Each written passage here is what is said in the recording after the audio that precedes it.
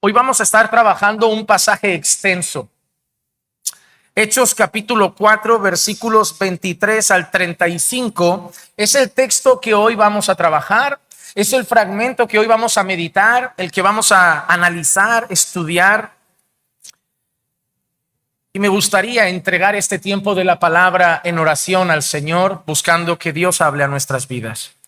Bendito Dios, te damos muchas gracias por todo lo que celebramos hoy, por nuestra salvación, por la llegada de nuevos hermanos a nuestra iglesia local, por la obra que estás haciendo en medio de nosotros y sobre todo la obra que haces en nuestros corazones. Mayor que cualquier obra externa es la obra interna que haces en cada uno de nosotros. Señor, te pedimos que ahora nuestros corazones sean humildes para recibir tu palabra, que tu palabra pueda ser sembrada en nosotros y pueda dar fruto en nuestras vidas, que tu palabra nos desafíe, pero sobre todo que nos haga mirar a Cristo, donde tenemos nuestra única fuente de esperanza, y que tu palabra siga moldeando nuestra iglesia local, ayudándonos a entender qué quieres de nosotros como iglesia, cómo debemos caminar, cuál es nuestra misión, y que por tu espíritu seamos desafiados a vivir de esa manera. Habla hoy a tu pueblo que está aquí reunido. Edifícanos, Señor. Te lo pido en el nombre bendito de Jesús. Amén y amén. Hermanos, antes de empezar a desglosar el pasaje de hoy, me gustaría leer una frase que me pareció preciosa cuando estaba meditando en unos textos y dije, la quiero compartir con mis hermanos. Esta frase es de Andrew Murray y dice así: en tus oraciones, sobre todo, ten cuidado de no limitar a Dios, no solo por incredulidad, sino por creer que sabes lo que Él puede hacer. Espera cosas inesperadas, más allá de todo lo que pedimos o entendemos. Cada vez, antes de interceder, guarda silencio primero y adora a Dios en su gloria. Piensa en lo que Él puede hacer y en cómo se deleita en escuchar las oraciones de su pueblo redimido. Piensa en tu lugar y privilegio en Cristo y espera grandes cosas. El autor no quiere decir que nosotros podemos limitar a Dios. Eso sería una barbaridad. Lo que el autor se refiere es cuando nuestro corazón empieza a limitar nuestras oraciones a Dios. Como decir, Dios no piensa en eso. Dios no está en esas cosas. En esta necesidad, esto es poco para Dios. Aquí Dios no tiene ningún interés. A veces nosotros nos ponemos en el lugar de Dios erróneamente, como si supiésemos en lo que Dios va a obrar y en lo que Dios no va a obrar. Como si supiésemos lo que Dios va a hacer o lo que Dios no va a hacer. En ninguna parte de la Biblia se nos llama a considerar el lado de Dios en las oraciones, como a saber elegir y discernir qué oraciones Dios responde y qué no. La Biblia solamente nos llama a pedir y sí, someternos a la voluntad de Dios, pero entender que nuestro llamado es pedir y simplemente esperar. Y como dice el autor, cuando conocemos a Dios, como hemos visto antes en el libro recomendado, cuando conocemos quién es Dios, sus atributos, su soberanía, su poder, su grandeza, hermano amado, podemos esperar todo de Dios. Dios no tiene límites. ¿Y por qué empiezo con esto? Empiezo con esto porque hoy será la primera vez que vamos a ver directamente a la iglesia hacer algo que va a hacer más veces. Algo que en la iglesia moderna se está perdiendo. Hoy vamos a ver cómo la iglesia, cómo los creyentes se habituaban a la oración en todo momento. A lo largo del libro de Hechos vamos a ver distintas circunstancias, problemas, luchas, batallas. Y vamos a ver que regularmente cuando pasaban ciertas cosas, la iglesia clamaba al Señor. La oración no solo está en peligro de extinción en la vida del creyente, sino que la oración está en peligro de extinción en la vida de la iglesia. Hermano amado, la iglesia del Señor toda la vida ha sido una iglesia que oraba por todo. La iglesia del Señor entendía que de Dios viene su socorro y pedían absolutamente por todo. Un hermano venía abatido, oro por ti. Un hermano, está enfermo, voy a orar por ti. La iglesia está sufriendo esto, vamos a orar. Era todo el tiempo. Pasa algo, oremos. Sufre alguien, oremos. Pasa esto, oremos. La iglesia siempre fue un pueblo de oración. Y ahora parece que hemos cambiado eso por: voy a darte un buen consejo, mis palabras te aliviarán, buscaremos una solución racional. Parece que hemos empezado a confiar más en nuestras capacidades que en el poder de nuestro Dios. Parece que se nos ha olvidado lo que dice Proverbios: no te apoyes en tu propio entendimiento. Confía en el Señor de todo tu corazón. Encomiéndale tus caminos y Él enderezará tus veredas. No hay peor error que una iglesia que confía en sí misma y en su capacidad, teniendo acceso libre a un Dios que todo lo puede. Y lo que vamos a empezar a ver hoy es una iglesia dada a la oración. Y deseo, amada iglesia, que el libro de Hechos no solo nos enseñe, que el libro de Hechos nos moldee, que el libro de Hechos como iglesia nos dé forma. Caminando por Fe tiene 14 años desde que empezó a trabajar. 14 años desde que decidimos servir al Señor. Eso es poco todavía. Estamos tiernos. Tenemos mucho que aprender. Tenemos un largo camino por delante. Y la forma no nos la tiene que dar la opinión de los hombres. Nos la tiene que dar la palabra de Dios.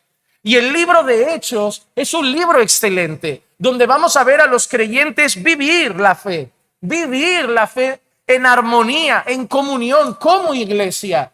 Y tenemos mucho que aprender. Por eso le pido a Dios que cada enseñanza del libro de Hechos no te hable solo a ti, nos hable a nosotros. Cuando la iglesia se reúne, tienes que entender que tú no vienes a que Dios te hable. Vienes a que Dios nos hable como pueblo. Porque Dios no tiene una misión para ti, tiene una misión para nosotros. Dios tiene algo para su iglesia. Dios quiere algo para su pueblo. Y sí, obviamente Dios puede tratar con tu corazón individualmente, pero debemos entender que hoy hemos venido no a darle mi culto al Señor. Hemos venido a darle nuestro culto al Señor. Hoy hemos cantado como pueblo, hemos orado como pueblo y ahora vamos a escuchar a Dios como pueblo para ver qué quiere Dios de su pueblo. Así que lo primero que vamos a ver es eso, una iglesia unida en oración. Hechos capítulo 4, versículo 23 y 24. Recuerden que los discípulos de Cristo acaban de quedar libres. No había acusación contra ellos. Querían meterlos presos, pero no habían encontrado argumentos. Su testimonio era implacable, su testimonio era limpio, su testimonio era excelente y por lo tanto no tenían ninguna acusación. Y al final les tocó dejarlos libres. Y así empieza nuestro pasaje de hoy. Cuando quedaron en libertad, fueron a los suyos y les contaron todo lo que los principales sacerdotes y los ancianos les habían dicho. Al oír ellos esto, ¿qué hacen? Unánimes, alzaron la voz a Dios y dijeron: oh Señor, tú eres el que hiciste el cielo y la tierra, el mar y todo lo que en ellos hay.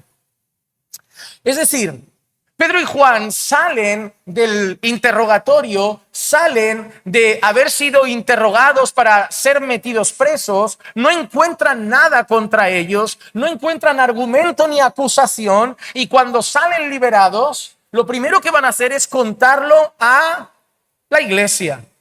Hermano, te vas a dar cuenta que todo lo que pasaba en la vida de esas personas iban a la iglesia. ¿Por qué? Ese es el sentido de la iglesia. Lo que me pasa a mí tiene que ver con mi familia, con mis hermanos, con el pueblo de Dios. Ellos fueron corriendo a decírselo a ellos, a la iglesia, y les contaron lo que había pasado. Les contarían que habían sido interrogados, les contarían que querían acusarlos, les contarían que querían meterlos presos, pero les contarían que finalmente Dios los respaldó y quedaron libres. Y al momento de escuchar ese testimonio, que quiero sumar a esto algo, los testimonios llevan a adorar a Dios. Porque en cuanto escucharon este testimonio, ellos rápidamente elevaron una oración. Pero es una oración que vamos a ver que empieza exaltando, alabando y adorando a Dios. Porque cuando alguien te cuenta un testimonio, oh hermano, eso fortalece la fe. Eso alienta. Hermano, les animo a contar las obras de Dios. Les animo a animarse unos a otros contando lo que Dios hace en sus vidas, lo que Dios hace en medio suyo. El testimonio no es para aquí. El púlpito no es para testimonios. El púlpito es para la palabra de Dios. El testimonio tampoco es para el evangelismo. El evangelismo es predicar el evangelio. Pero entre nosotros, los que ya somos salvos, los que ya tenemos el evangelio, los que ya conocemos a Dios, es una fuente de aliento, es una fuente de estímulo contarnos lo que Dios está haciendo. Llegar a alguien y decir, mira hermano, tuve esa situación, pero Dios trajo libertad, Dios abrió esa puerta, Dios me ayudó, te lleva, ¿no?, a decir, oh gloria a Dios, qué Dios bueno tenemos, y te anima a orar, te anima a cantar, te anima a adorar, te anima a exaltar al Señor. De la misma manera, contarle a alguien la obra de Dios que tú ves en su vida. Oh hermano, se nota que Dios está haciendo la obra a ti. Oh hermano, se nota que la mano de Dios está trabajando en tu carácter. Eso alienta, eso fortalece. A lo mejor un hermano que se encontraba pensando, yo no veo cambio, no veo nada, y viene alguien externo y te dice, hermano, yo veo que Dios está haciendo algo, igual despacito, pero algo está haciendo. Yo lo veo, eso puede animarte, eso puede alentarte. El testimonio entre los creyentes es una fuente de aliento que también nos va a llevar a adorar a Dios, porque al final eso es contar sus maravillas. Y somos llamados a alabar a Dios por sus maravillas, a contar sus obras, y nosotros somos parte de sus obras. Nosotros somos cartas vivas que muestran y cuentan el poder del evangelio. Somos ex inmorales, ex ladrones, ex homosexuales, ex mentirosos, ex prostitutas, ex asesinos, porque Dios hace maravillas. Porque Dios hace maravillas y eso refuerza nuestra fe. Así que el viernes en el parque pueden contarse algún testimonio que les lleve a alabar, adorar y fortalecer su fe en el Señor. Pero cuando ellos empiezan su oración, es una oración que empieza exaltando a Dios. ¿Y a qué Dios levantan esa oración? Mira cómo dicen, oh Señor, tú eres el que hiciste el cielo y la tierra, el mar y todo lo que en ellos hay. Esta expresión es constante en la Biblia. El Salmo 146, el versículo 6 dice que hizo los cielos y la tierra, el mar y todo lo que en ellos hay, que guarda la verdad para siempre. ¿Te has dado cuenta? Oh Señor, han dicho así. Oh Señor, tú eres el que hiciste el cielo y la tierra, el mar y todo lo que en ellos hay. Y el Salmo 146 y el versículo 6 que dice, el que hizo los cielos, la tierra, el mar y todo lo que en ellos hay. ¿Sabe qué significa? Los salmos son el himnario de la iglesia. Los salmos son el himnario. Estaban cantando alabanzas. Eso es un salmo, es un himno, es un cántico. Y lo estaban elevando al Señor. No fue algo improvisado. Tenían ese salmo en su corazón. Saben quién es su Dios y toman ese salmo para alabar a su Señor. En Nehemías capítulo 9 y el versículo 6 también dice, solo tú eres el Señor, tú hiciste los cielos de los cielos con todo su ejército, la tierra y todo lo que en ella hay, los mares y todo lo que en ellos hay. Tú das vida a todos ellos y el ejército de los cielos se postra ante ti. Hermano amado, cuando vayas a orar, cuando vayas a pedir, cuando vayas a clamar, recuerda que a quien oras es el Dios que hizo los cielos y la tierra. Debemos tener una clara visión de Dios cuando vamos a pedir. Tener claro que estamos pidiendo al creador del universo, al todopoderoso, al omnipotente, omnipresente, omnisciente, al soberano, al rey, al gobernador de todas las cosas, al que sostiene el universo con una mano y tu diminuta vida con la otra. El que pudo crear todo de la nada puede hacer todo contigo también. Él es nuestro Dios, el que hizo los cielos y la tierra, el que hizo todo lo que en ellos hay, el que de la nada creó todo lo visible y lo invisible. Cuando Pablo estaba pasando por aflicciones, en una carta a Timoteo, hablando de sus sufrimientos, le dice: yo sé en quién he creído. Qué importante es eso. ¿Por qué tienes paz en medio de esa situación? Yo sé en quién he creído. ¿Por qué tienes tranquilidad en medio de esa enfermedad? Yo sé en quién he creído. ¿Por qué te sostienes en medio de esa adversidad? Yo sé en quién he creído. Cuán importante es saber que quien está con nosotros es el Señor que hizo los cielos y la tierra y todo lo que en ellos hay. Ahora, ¿cómo fue la oración de la iglesia? ¿Qué oró la iglesia? Mira lo que dice Hechos, capítulo 4, versículos 25 y 26. El que por el Espíritu Santo, por boca de nuestro padre David, tu siervo, dijiste: ¿por qué se enfurecieron los gentiles y los pueblos tramaron cosas vanas? Presentaron los reyes de la tierra y los gobernantes. Se presentaron los reyes de la tierra y los gobernantes, se juntaron a una contra el Señor y contra su Cristo. Se juntaron a una contra el Señor y contra su Cristo. Si antes han empezado citando un salmo para alabar, ahora siguen la oración con más salmos. Y lo que nos están diciendo es que ese salmo de David era un salmo mesiánico. Era un salmo que apuntaba a Cristo. Mira lo que dice el Salmo 2, los versículos 1 al 3. ¿Por qué se sublevan las naciones y los pueblos traman cosas vanas? Se levantan los reyes de la tierra y los gobernantes traman unidos contra el Señor y su ungido, diciendo: rompamos sus cadenas y echemos de nosotros sus cuerdas. Cuando este salmo es proclamado, ¿qué piensa la gente? La gente piensa en el rey David. La gente piensa en el rey, el ungido de Dios. ¿Recuerdan cuando David podría haber matado a Saúl, pero no lo hace porque Dios había ungido a Saúl y David no quiere poner ahí la mano? Ese era el concepto que tenían. Los reyes eran ungidos, los profetas eran ungidos, los sacerdotes eran ungidos, pero hermanos, literalmente eran ungidos con aceite. Tristemente hoy vemos en la iglesia que hay gente que cree que todavía tenemos gente especial, los ungidos de Dios. Ay, no puedo decir nada de ese pastor, no puedo comentar nada de este porque es el ungido del Señor y hay de aquel que toca al ungido. Mira, según la Biblia, todo creyente es ungido de Dios. La Biblia afirma: todos tenéis la unción del Santo, porque ahora nuestra unción no es aceite, nuestra unción es el Espíritu Santo de Dios.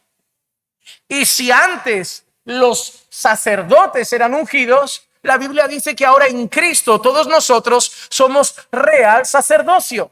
Y por lo tanto, en Cristo, por el Espíritu, todos tenemos la unción de Dios. No hay estrellas y figuras especiales, selectas, con un valor superior, una jerarquía de unción superior. Todos somos ungidos en Cristo por el Espíritu Santo. Pero cuando se proclama este salmo, el Salmo 2, todos piensan en David, el ungido de Dios. Dicen, se sublevan las naciones, los pueblos traman cosas vanas, se levantan los reyes de la tierra y los gobernantes traman contra el Señor y contra su ungido. Pero cuando la iglesia, después de oír el testimonio de Pedro, levanta su oración, cita ese salmo, pero ha hecho un cambio. Ha cambiado la escritura. Ahora aparece otra palabra aquí en el Nuevo Testamento, en el griego original. Dice, ¿por qué se enfurecen los gentiles y los pueblos traman cosas vanas? Eso es lo que estaba leyendo del Salmo 2. Dice, se presentaron los reyes de la tierra y los gobernantes se juntaron a una contra el Señor y contra su...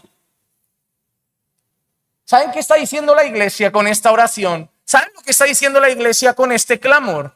La iglesia está diciendo que esa oración que se hizo pensando en David, en que los pueblos se habían juntado contra Dios y contra el rey David, realmente apuntaba a algo mucho mayor, apuntaba a cómo los pueblos se juntaron contra Dios y su Cristo. Es decir, que lo que ellos habían vivido, lo que habían hecho contra el Señor Jesús, lo que habían hecho contra el ungido de Dios, contra el Cristo del Señor, contra Jesús nuestro Señor, era lo que se había anunciado en ese salmo.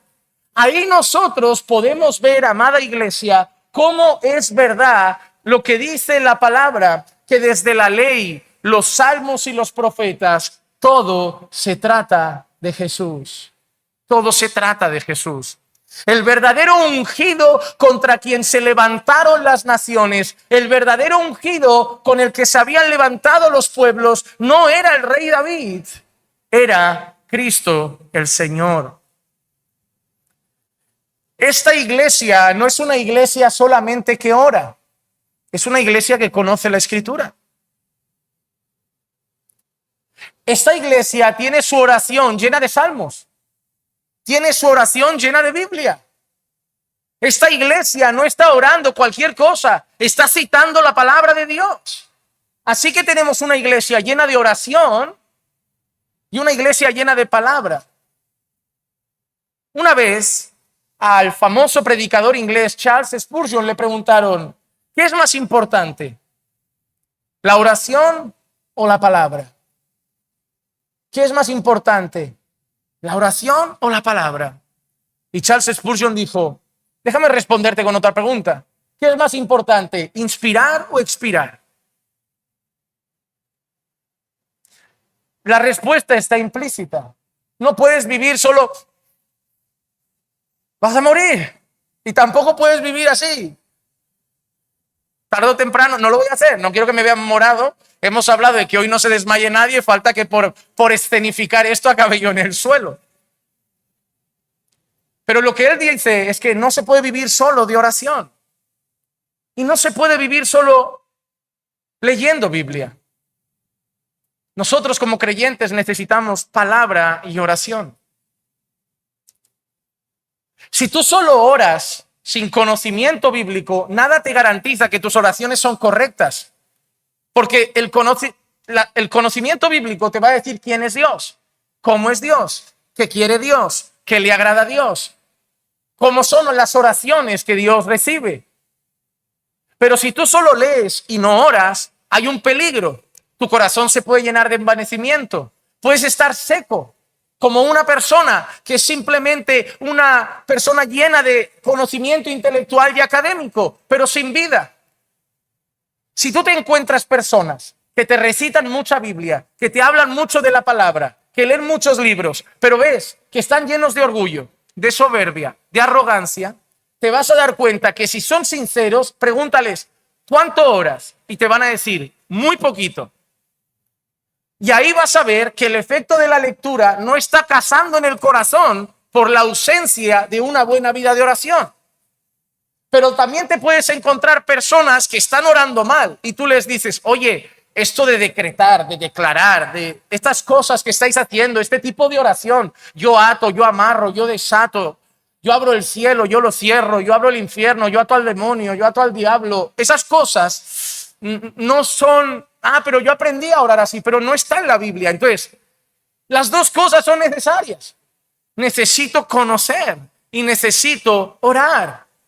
Por eso incluso, y lo veremos en Hechos 6, cuando los apóstoles buscaron hombres para ayudar a servir las mesas, ellos dijeron que no podían descuidar el ministerio de la palabra y de la oración, porque es algo que no podemos despegar. Y aquí tenemos una iglesia que ora, pero una iglesia que está llena de Biblia, está llena de palabra. ¿Y por qué está llena de palabra? En Hechos 2 ya lo vimos, se dedicaban continuamente a la enseñanza de los apóstoles. Hermano, las dos cosas son necesarias en tu vida y las dos cosas son necesarias en nuestra iglesia. Que Dios haga de nosotros una iglesia que ama la palabra y una iglesia que ama la oración. Probablemente la oración nos costará más.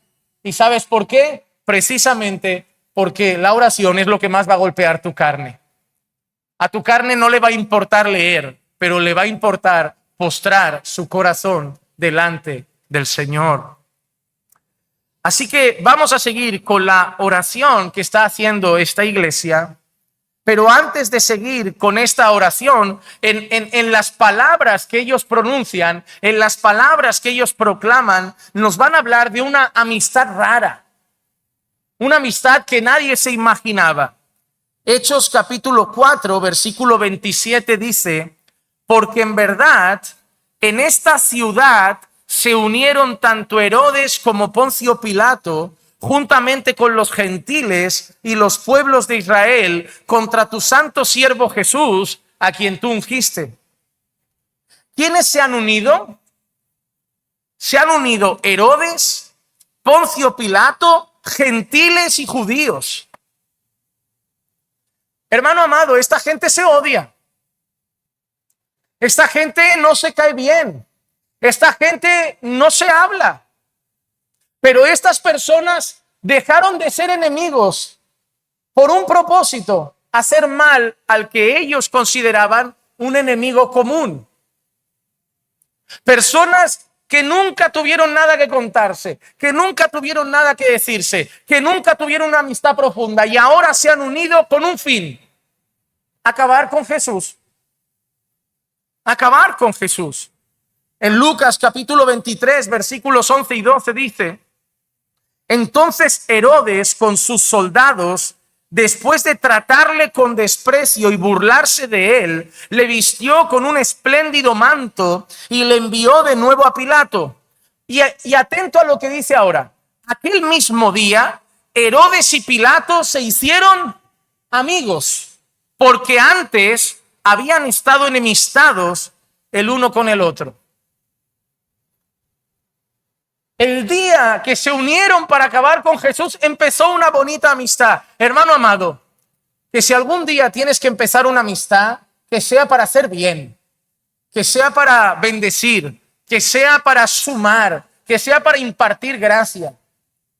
Nunca empieces en tu vida ninguna amistad como la que han empezado Pilato y Herodes. Nunca empieces en tu vida una amistad para el chisme, una amistad para hacer mal a otro, una amistad para lastimar, una amistad para confabular contra alguien. Hermano, somos de Cristo. Nuestras amistades tienen que ser para santificar, para traer gracia, para edificar, para ser de bendición. Nuestras amistades no deben ser lugar de pecado, ni de tropiezo, ni de cosas que desagradan a Dios. Estos hombres nunca se hablaron. Nunca tenían nada que decirse, estaban incluso enemistados, pero tenían un propósito común: hacer mal a otro. ¿Saben? Esto me recuerda a las guerras. Tú ves países que no se hablan, pero de repente aparece un enemigo en común y se unen y se vuelven amigos. ¿Por qué? Para aliarse contra uno que consideran un enemigo más grande. Es exactamente el mismo reflejo.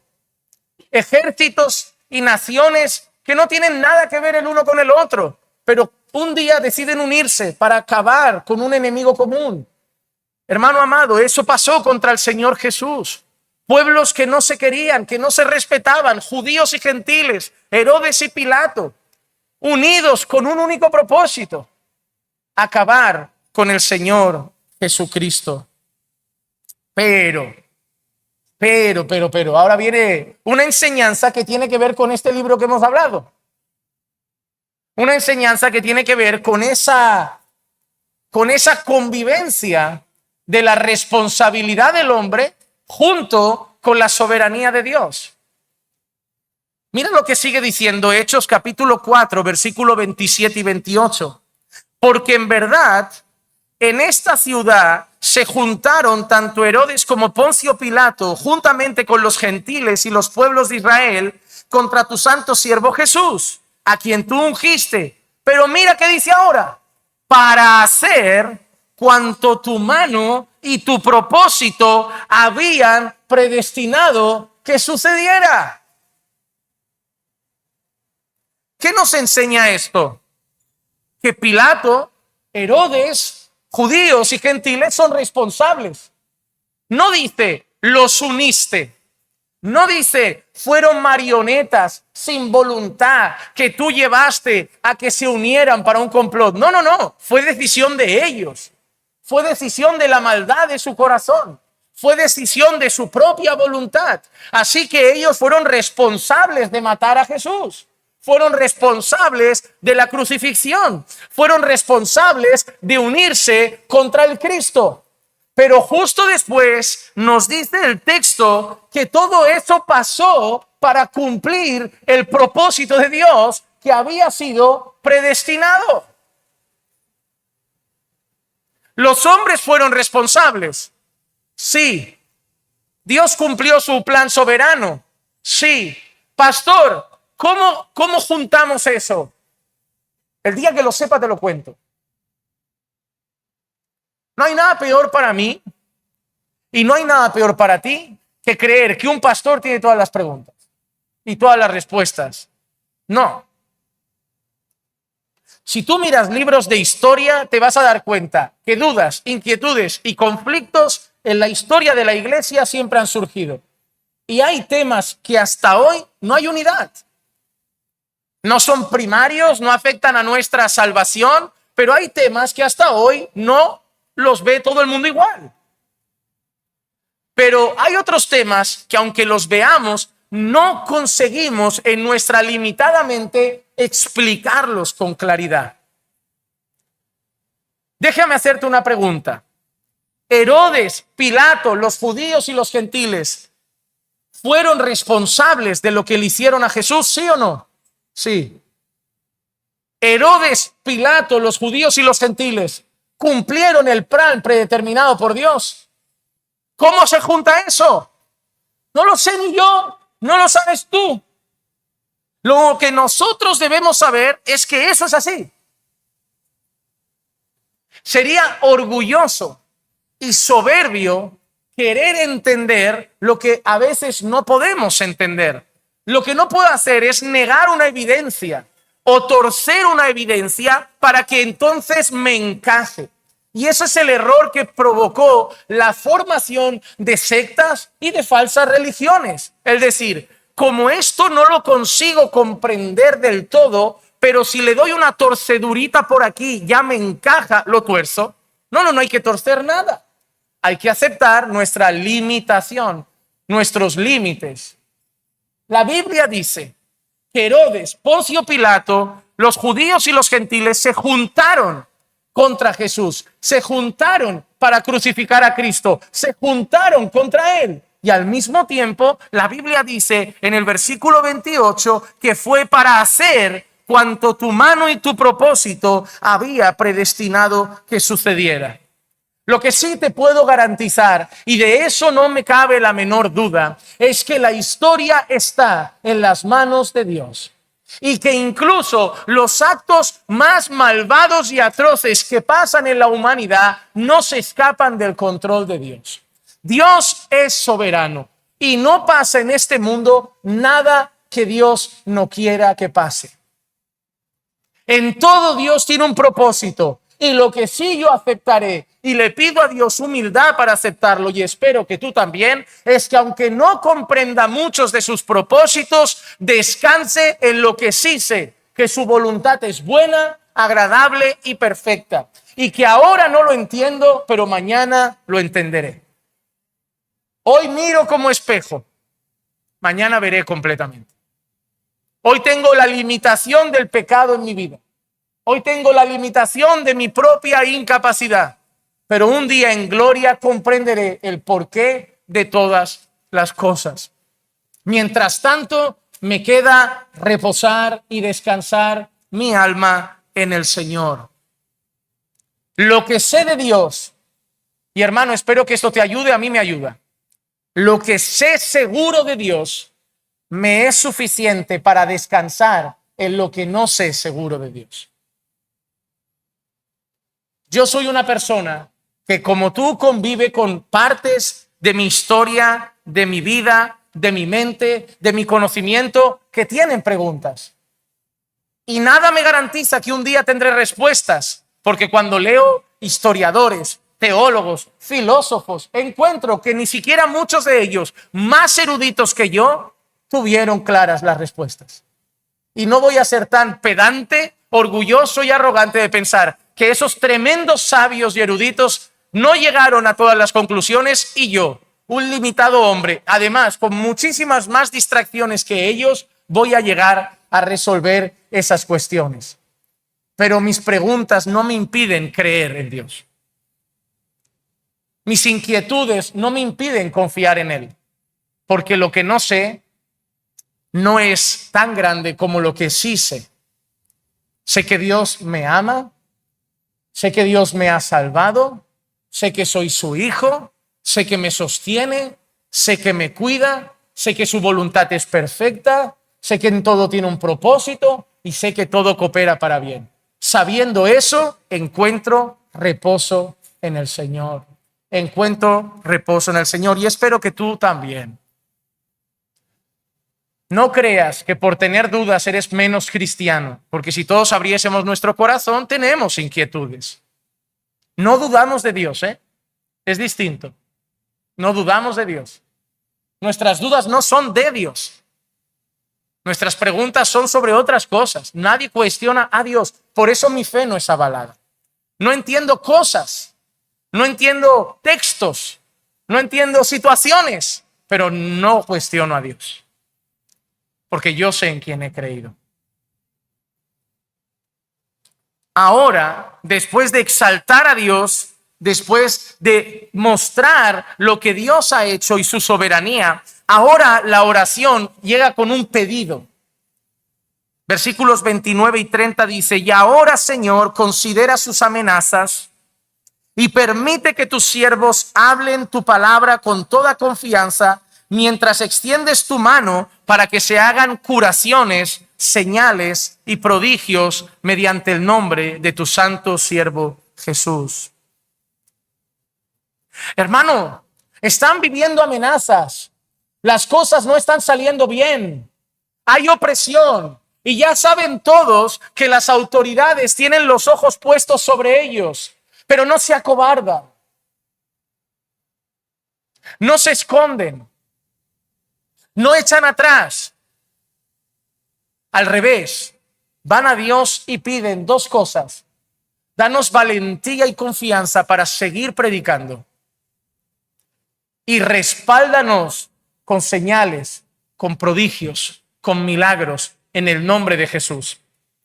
¿Por qué habían sido llevados ante los tribunales? ¿Por qué habían sido interrogados? Por hacer un milagro en el nombre de Jesús. ¿Y qué le piden a Dios? Sigue respaldando para que sigamos haciendo milagros en el nombre de Jesús. Me parece que esta gente no teme la prisión. Me parece que esta gente, ¿sabes?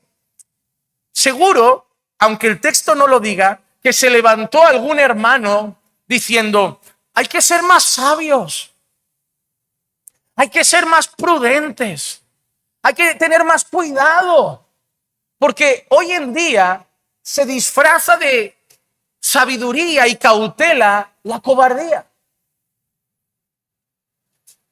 Yo veo la Biblia y yo no digo que no haya que ser cauteloso y no haya que ser cuidadoso, pero ni la cautela ni el cuidado deben llevarnos a la cobardía y a esconder el mensaje. Muchas veces lo que hacemos sin darnos cuenta es inclinarnos a las amenazas. Es inclinarnos a la presión. Mira, pastor, es que ya ponen multas si se dice esto. Es que ya amenazan de que si se habla de este pecado habrá denuncias. Pastor, ¿y si cambiamos la palabra? ¿Y si cambiamos el discurso? No, el pecado es pecado. Y cada pecado tiene su nombre. La borrachera es borrachera, la mentira es mentira, la homosexualidad es homosexualidad, y no importa la presión que nos hagan. Lo que debemos hacer no es esconder el mensaje, lo que debemos hacer no es cambiar la escritura, lo que debemos hacer es, como estos hermanos, orar y decir: Señor, danos valentía y danos confianza para seguir predicando la palabra de Dios. Para que podamos decir como Pablo: no estoy dispuesto solamente a sufrir, sino a morir por causa de Cristo. Y prefiero morir y que muchos me tilden de que fue un temerario, a llegar hasta mis 90 y haber escondido la palabra por cobardía disfrazado de prudencia. No hay que ser imprudente, no hay que ser temerario. No tentarás al Señor tu Dios, pero Dios no nos ha dado espíritu de cobardía. Y eso te lo digo en el amor de Dios. Muchos de nosotros, cuando estamos con gente no creyente en el trabajo, gente no creyente en la familia, ellos no tienen un pelo en la lengua para hablar de sus ideales, de sus ideologías, de sus pensamientos, y no les veo con un pelo en la lengua de prudencia para no ofendernos. Pero nosotros sí, para no tener tensión, para no ofender a nadie, nos volvemos prudentes. Pues me parece que hasta el mundo es más valiente con sus mentiras que los creyentes hoy con sus verdades. Parece que tenemos más miedo del qué dirán, del qué pensarán, cómo me mirarán. La iglesia de Cristo ha llegado donde ha llegado precisamente porque muchos han regado el evangelio con su sangre. Porque no han tenido miedo. Porque no han sido cobardes. Porque han pedido a Dios valentía. Han pedido a Dios ayuda. Han pedido a Dios confianza, seguridad, para no cerrar su boca. Y en un mundo de mentira, para no esconder la verdad. Como hacían estos hermanos, nosotros debemos pedir a Dios: usa mi boca para proclamar la palabra. Haznos una iglesia valiente para anunciar el evangelio.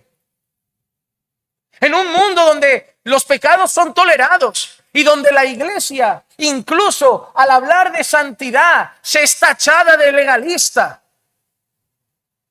Y todo tiene que ver con la presión de este mundo, que cada día quiere que cedamos a más cosas. Pues no cederemos. La palabra es la palabra. La verdad es la verdad. El evangelio es el evangelio. Pecado es pecado. Santidad es santidad. Y cuando seamos tentados a ceder, a doblar el brazo, a inclinarnos, a postrarnos, no cederemos. Somos débiles, pero tenemos un Dios que nos dará fortaleza. No dudo que nos entre el miedo ante la presión. No dudo que nos entre un poco de escalofríos en el estómago ante algunas situaciones. Pero pediremos a Dios: haznos valientes y danos confianza para seguir anunciando la verdad. Y no solo eso, ellos pedían: Señor, y respáldanos con curaciones, señales y prodigios. Respáldanos con curaciones, señales y prodigios en el nombre de Jesús. El libro de Hebreos dice algo interesante en el capítulo 2, versículo 3 y 4. Dice: ¿cómo escaparemos nosotros si descuidamos una salvación tan grande, la cual, después que fue anunciada primeramente por medio del Señor, nos fue confirmada por los que lo oyeron y testificando Dios juntamente con ellos, tanto como por señales, prodigios y diversos milagros y por dones del Espíritu Santo según su propia voluntad. Pastor, hay que pedir por sanidad. Pidamos. Hay que pedir que el ciego vea. Pidamos. Hay que pedir que el paralítico se levante. Pidamos. Hay que pedir que una enfermedad desahuciada se cure. Pidamos. Y esperemos lo inesperado. Esperemos grandes cosas de Dios. Hermano, no creo en los milagreros, pero creo en los milagros. No creo en los sanadores, pero creo en la sanidad. No creo en hombres poderosos, pero creo en un Dios que todo lo puede. Y tener doctrina en la cabeza no debe quitar la fe del corazón. Dios no cambia. Es el mismo ayer, hoy y siempre. Y si es su voluntad, Dios hace milagros. Nuestra parte no es declararlos. Nuestra parte no es decretarlos. Nuestra parte no es profetizarlos como si supiésemos que lo va a hacer. Pero nuestra parte es pedir. Pedir para la gloria de Dios y en el nombre de Jesús. Hermano, que no seamos una iglesia que ha dejado de pedir a un Dios que puede hacer todo. Él hará su voluntad y con gozo la aceptaremos, pero pidamos. A veces dirá no, pero otras veces dirá sí. En las dos será bueno, en las dos será perfecto, pero pidamos. Danos valentía para predicar y, Señor, obra milagros en medio de tu pueblo. No veo en la Escritura ningún fundamento a nivel personal y respeto que alguien pueda tener otra postura. No veo un fundamento en la Escritura a nivel personal que diga que Dios a día de hoy no puede hacer esas cosas. Sé que en las iglesias hay mucho teatro. Sé que hay mucho falso milagro. Y sé que hay mucha cosa hoy que son puras actuaciones. Y todo eso ha empañado la realidad de que Dios sí puede hacer cosas. ¿Por qué? Porque esa falsedad y ese teatro que parece que ahora no es culto si no se levantan 4 paralíticos y andan 3 tetraplégicos, no es así, hermano. Que lo malo que han hecho los hombres, que la mentira que han hecho algunos, que el teatro que han formado otros no empañe una realidad. Dios puede hacer. Y si quiere lo hace.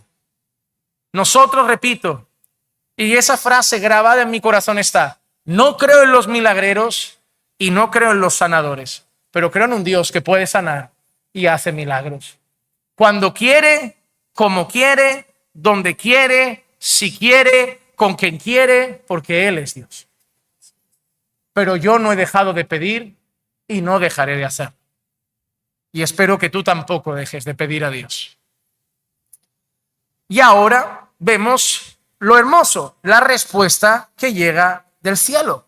Versículo 31 dice así: después que oraron, el lugar donde todos estaban reunidos tembló y todos fueron llenos del Espíritu Santo y ahí Dios responde. Hablaban la palabra de Dios con valor. Esto me hace pensar en lo que ya hemos visto, ¿no? Hechos capítulo 4, versículo 8. Entonces Pedro, lleno del Espíritu Santo, les dijo. O en Hechos capítulo 2, vimos en el versículo 1 y 2, cuando llegó el día de Pentecostés, estaban todos juntos en un mismo lugar. De repente vino del cielo un ruido como de una ráfaga de viento impetuoso que llenó toda la casa donde estaban sentados. Y al final de esa escena nosotros vimos en el capítulo 14. Entonces Pedro, poniéndose en pie con los 11, alzó su voz y les declaró. Alzó su voz y les declaró. Así que, amados hermanos, la iglesia ha pedido: Señor, danos confianza y valentía para seguir proclamando la palabra y respáldanos. ¿Y qué hace al momento el Señor? Fueron llenos del Espíritu Santo. ¿Y cuál fue el resultado? Lo mismo que pasó en Hechos. Pedro fue lleno del Espíritu Santo y dio un mensaje y hubieron como 3,000 almas convertidas al Señor. Ahora la iglesia ha pedido ser llena del Espíritu Santo. ¿Y qué les ha dado Dios? Lo que han pedido, valor para predicar la palabra de Dios. Hermano, ve a hablar con tus amigos no creyentes el evangelio, pero ora para que Dios te llene del Espíritu Santo y hables con valor. Hermanos de Pasión por las Almas, salgan a evangelizar los sábados, salgan a evangelizar los domingos, pero no olviden de orar para que Dios los llene del Espíritu Santo y hablen con valor la palabra de Dios. No vayamos confiando en nuestro discurso, no vayamos confiando en nuestro conocimiento, porque será como dar contra una piedra de hormigón. Vayamos confiando en el respaldo de Dios. No hay nada peor que una iglesia que se ha olvidado del poder de Dios y empieza a confiar en sus propias capacidades. Caminando por fe, no puede ser una iglesia que confía ni en el templo, ni en sus pantallas, ni en su grupo de evangelismo, ni en sus pastores y predicadores, ni en sus miembros, ni en cuánto saben algunos. Caminando por fe tiene que ser una iglesia que busca la palabra, pero que dobla sus rodillas porque su confianza solo está en el Dios que hizo los cielos y la tierra. Apoyarnos en nuestro propio entendimiento solo nos va a llevar a la arrogancia y a un corazón alejado de lo que Dios quiere. Necesitamos ser una iglesia llena de palabra, pero llena de súplica por el poder y el respaldo de Dios. Cuando la iglesia oró y citó ese salmo que hablaba de lo que habían hecho contra el ungido de Dios, hermano amado, debemos recordar algo. El mundo sigue igual. Mira nuestra sociedad y las naciones se siguen juntando contra el Señor. Las leyes, las normas, todo lo que nuestro mundo está creando es contra Dios, contra lo que Dios llama bueno. Las naciones y los gobiernos siguen juntándose contra el Cristo de Dios. Pero déjame decirte algo. ¿Cómo reacciona Dios a eso?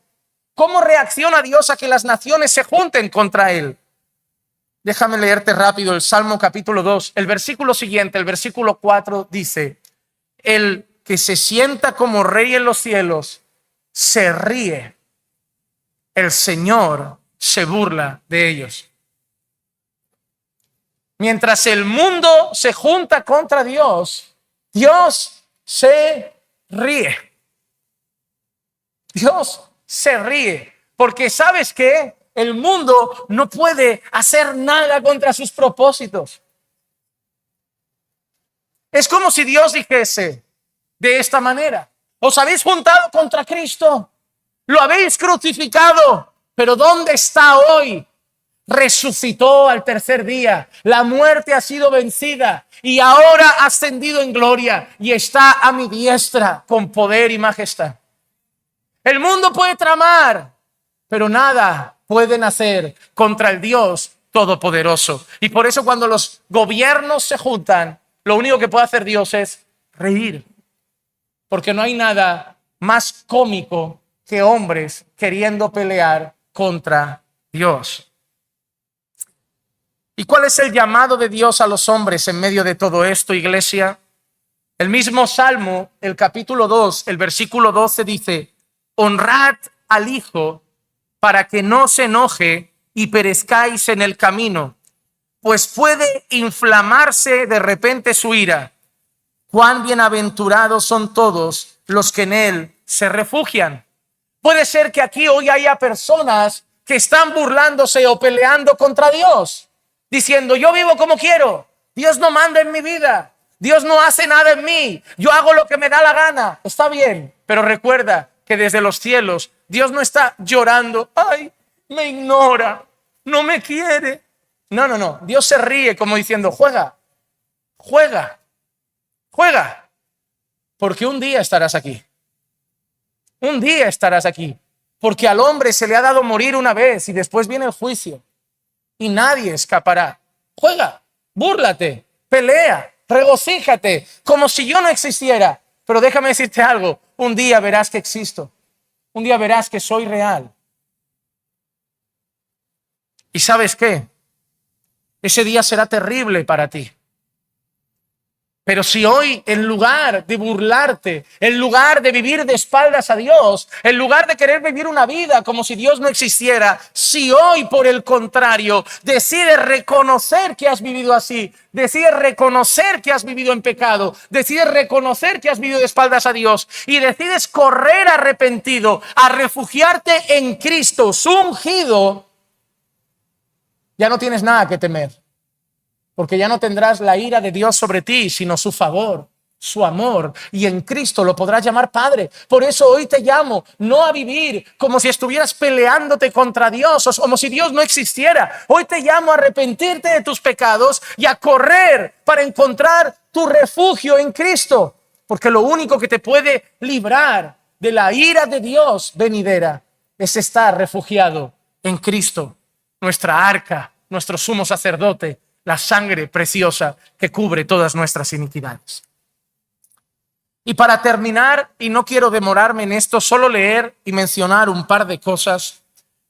El texto de hoy termina dándonos detalles de cómo convivía la iglesia. Y no quiero extenderme porque es muy parecido a lo que dimos ya más amplio en Hechos capítulo 2. Pero solamente mencionar el pasaje y citar un par de cositas. Hechos capítulo 4, versículo 32 al 35, vemos una iglesia que ya está perseguida, hermanos. La iglesia ya ha empezado a ser perseguida, pero no deja de estar unida, no deja de estar amando y no deja de estar llena del poder de Dios. Dice así: la congregación de los que creyeron era de un corazón y un alma, y ninguno decía ser suyo lo que poseía, sino que todas las cosas eran de propiedad común. Con gran poder los apóstoles daban testimonio de la resurrección del Señor Jesús, y abundante gracia había sobre todos ellos. No había pues ningún necesitado entre ellos, porque todos los que poseían tierras o casas las vendían, traían el precio de lo vendido y lo depositaban a los pies de los apóstoles, y se distribuía a cada uno según su necesidad. Hermano amado, ¿qué vemos aquí? Yo quiero destacar 4 cosas. Dice que la iglesia tenía un corazón y un alma. Así que la primera cosa que vemos es la unidad de la iglesia. Y hermano amado, hay algo que te debo decir. La unidad no llega sola, la unidad se busca. La Biblia dice que debemos esforzarnos por preservar el vínculo de la unidad en paz. Es decir, es de nosotros, de cada uno de nosotros, estar unidos. Por eso yo jamás, en todos los años que llevo de creyente, nunca he dicho en ningún lugar, en esta iglesia falta unidad, porque sé que depende de mí. Yo no puedo culpar de que falte algo que yo no estoy aportando. Entonces yo he entendido que las cosas no faltan, sino que nosotros no lo hacemos. Y no es mi trabajo buscar que otro ame o que otro se una. Es mi trabajo hacerlo. Yo siempre le digo al Señor, no quiero protestar de que no me visitan, yo quiero visitar. No quiero protestar de que no me aman, yo quiero amar. No quiero protestar de que no me sirven, yo quiero servir. No quiero protestar de que no me ayudan, yo quiero ayudar. Porque yo quiero imitar a Cristo. Y Él dijo que Él no vino para ser servido, sino para servir y dar su vida en rescate por muchos. Yo quiero lavar pies y no quejarme de que no me los lavan. Yo quiero abrazar y no quejarme de que no me abrazan, porque al final lo quiero hacer en amor, y el amor de Cristo es incondicional. No espera nada a cambio, porque yo sé que lo hago por amor a Dios y a los demás. Y cuando uno ama, si viene de vuelta, bien, y si no, también, porque al final quien sí me ama, me cuida y me abraza, siempre es mi Señor, y eso nunca me va a faltar. Lejos esté de mí quejarme de lo que falta en algún lado, y cerca de mi corazón esté el aportar lo que creo que falta, el dar yo siempre el primer paso y dejar a Dios que cada quien decida hacer lo que quiera. Pero yo, como le digo al Señor, quiero hacer mi parte. No puedo decidir lo que otros hacen, pero en Cristo y con mi conciencia tranquila, yo quiero ser de bendición para vuestras vidas. Yo quiero ser útil para vosotros. Yo quiero serviros. Ese es mi deseo. Y sé que si todos tenemos el mismo, eso se verá entre nosotros.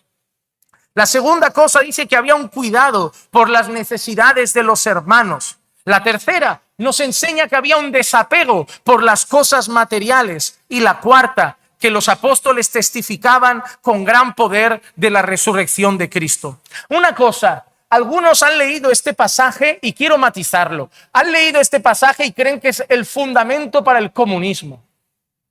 No, nadie tenía nada, lo vendían todo. La gente vendía sus casas y lo ponía a los pies de los apóstoles. Déjame decirte una cosa, si tú entiendes que todo el mundo vendía sus casas, después ¿dónde vivían? Es decir, si todos vendemos nuestra casa y traemos al apóstol Juan Manuel, suena bien, ¿eh? No me tientes porque suena muy bien, ¿eh? Apóstol Vaz. Suena potente esto, ¿verdad? Dios me libre de caer en esto. Pero imagínate que tú vendes todo lo que tienes y me lo pones aquí. ¿A dónde te vas tú? Ah, no, yo lo he vendido ahora y yo también y tú también. ¿Qué casa tenemos ahora, gente? ¿Qué vivimos? ¿Bajo el amparo de las nubes? Ese texto no está dando pie al comunismo. Había gente que vendía sus casas, sí, quien tenía muchas.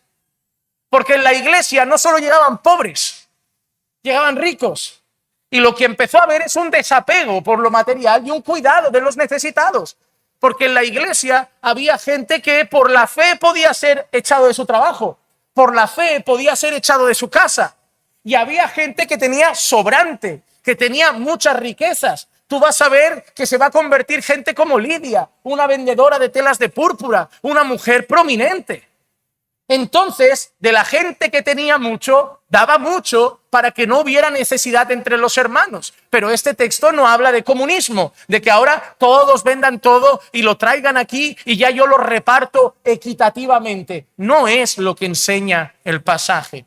El pasaje apunta a que no debemos tener un corazón en lo material y que en la medida de lo posible, sí, debemos buscar ayudar a los hermanos. Pero eso también lo dice Pablo en Gálatas capítulo 6, versículo 10. Así que entonces hagamos bien a todos según tengamos oportunidad y especialmente a los de la familia de la fe. Sí. Imagínate que yo voy a un hermano que acaba de llegar de su país, que vive en una habitación, que llega justo a fin de mes y le digo, tú me tienes que dar. No, hagamos lo que podamos según mi necesidad, según tenga oportunidad. Me encantaría, pero yo no puedo ayudar. Pero hay hermanos que pueden tener mucho y le puedo decir, mira, hay un hermano necesitado que le faltan 50 para la habitación. Ah, no, toma, 50. ¿Por qué? Porque yo tengo bastante más de 50. Pero no podemos suponer que de aquí hay una enseñanza al comunismo porque no es real. Si fuera así, tampoco tendríamos entonces mucho sentido que la Biblia dice, el que no trabaje, que no coma. La Biblia no es un lugar, la iglesia no es un lugar para perezosos que dicen, no, aquí son medio comunistas. Eso sí que es comunismo, ¿no? Yo me tumbo en la cama, el rico que genera me dará lo que yo necesito. Y lo único que vamos a promover no es que no haya necesitados, es que haya vagos. No, la Biblia dice que el que no trabaje no coma. Lo que la Biblia nos enseña es darle al dinero su lugar en nuestro corazón. Y en nuestro corazón no debe estar. El dinero es algo útil, no algo que hay que amar, algo que hay que usar. No tenemos que amar el dinero y usar a la gente. Tenemos que amar a la gente y usar el dinero. Eso es lo que empezaba a pasar en la iglesia. Como ese Zaqueo, ¿recuerdan? Que cuando Zaqueo se convierte, ¿qué dice? Voy a dar todo lo que he quitado y voy a restituir 4 veces más, porque Zaqueo tenía mucho. Y eso mostró un desapego por lo material. Sí, hermanos, el creyente tiene que tener desapego por las cosas materiales. No puede tener ahí su corazón y además debe ser cuidadoso con las necesidades de sus hermanos. Y finalmente termino con un pasaje que, como nos quedan 10 minutos, me gustaría que volvamos a cantar esa canción. Porque una cosa que tiene esta congregación es que tiene un corazón y un alma. Se están riendo porque no he avisado, ¿verdad? Soy así. He visto a mi mujer reírse con Marian como diciendo, ni nos dice nada y nos mete aquí en el compromiso. Pero sí, soy así. Eso prueba paciencia, amor, soportaos los unos a los otros. El matrimonio es el lugar de la santificación, querida iglesia. Y la iglesia también, ¿eh? La iglesia es un lugar para ser santificados. Hierro con hierro se aguza. Pero sí es verdad, hermanos, que tengamos un corazón y un alma. en el sentido de estar unidos, es el deseo del Señor. En Juan capítulo 17, versículo 20 y 21, Jesús oró así: mas no ruego solo por esto, sino también por los que han de creer en mí por la palabra de ellos, para que todos sean uno, como tú, oh Padre, estás en mí y yo en ti, que también ellos estén en nosotros, para que el mundo crea que tú me enviaste. Amado hermano, que Dios haga de nosotros una iglesia que ama la palabra, que Dios haga de nosotros una iglesia que ama la oración, que Dios haga de nosotros una iglesia valiente, que Dios haga de nosotros una iglesia que busca y confía en el poder y respaldo de Dios. Que Dios haga de nosotros una iglesia desapegada del dinero, que lo sepamos usar, pero que el dinero no nos cautive. Que nos haga una iglesia que se preocupa por el prójimo, que nos haga una iglesia que vela por el bien de los hermanos, y que con la ayuda de Dios y nuestro esfuerzo, porque requiere mucho esfuerzo, que nos haga una iglesia de un corazón y un alma, porque no se trata de lo que quiero yo, se trata de lo que quiere Jesús, y esa es la iglesia que Jesús quiere que seamos. Vamos a orar mientras, con mucha amabilidad, el grupo de alabanza va a cantar otra vez y juntos cantaremos esa alabanza.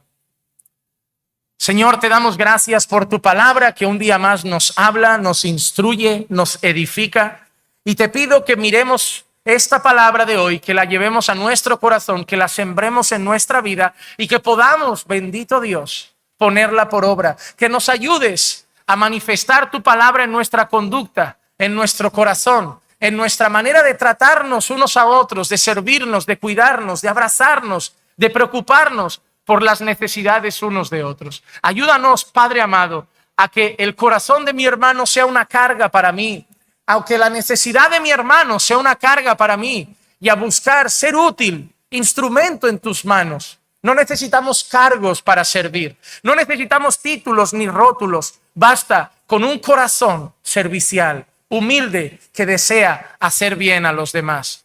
Ayúdanos, Señor, a que nuestros corazones ejemplifiquen a Cristo, quien vino a darse por nosotros.